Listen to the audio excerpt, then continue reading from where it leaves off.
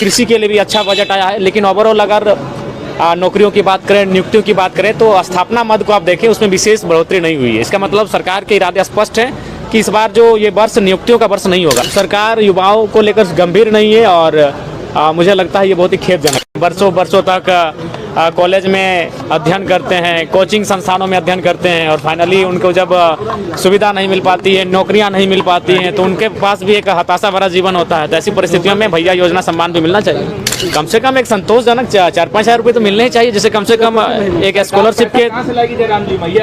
तो ये जब आप मैया सम्मान योजना में आप नहीं समझे तो बाकी भी आपको समझना चाहिए। गलत क्या है? मांग करिएगा। बिल्कुल बिल्कुल बिल्कुल, इसमें क्या बुराई है बताइए। आज भैया लोग भी तो घर चलाते हैं, वे भी तो कहीं ना कहीं मानसिक यातनाओं को झेल रहे हैं। बरसों बरसों तक कॉलेज में अध्ययन करते हैं, कोचिंग संस्थानों में अध्ययन करते हैं और फाइनली उनको जब सुविधा नहीं मिल पाती है, नौकरियां नहीं मिल पाती हैं, तो उनके पास भी एक हताशा भरा जीवन होता है। तो ऐसी परिस्थितियों में भैया योजना सम्मान भी मिलना चाहिए। कितना मिलना चाहिए वो राशि? कम से कम एक संतोषजनक 4-5 हज़ार रुपये तो मिलने ही चाहिए, जैसे कम से कम एक स्कॉलरशिप के। तो ये जब आप मैया सम्मान योजना में आप नहीं समझे तो बाकी भी आपको समझना चाहिए।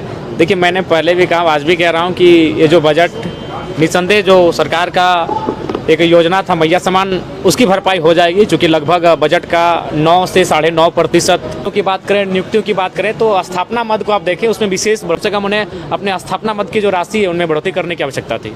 मैया सम्मान योजना में जितनी रकम चाहिए थी 56 लाख से अधिक लाभुकों से ऐसे सरकार प्रावधान खोजेगी जिसमें कि जो लाभुक हैं, जिनकी संख्या शायद 50 लाख के आसपास है, उसे निश्चय ही कटौती किया जाएगा। खंड एक नहीं है, भौगोलिक दशा से अगर हम लोग पढ़ें, सांस्कृतिक दृष्टिकोण से पढ़ें, हम संवैधानिक दृष्टिकोण से एक हैं, लेकिन अगर भूगोल की बात विशेष रखता है तो छोटानागपुर थोड़ा विशेष है, कोल्हान थोड़ा विशेष है, संथाल थोड़ा विशेष है।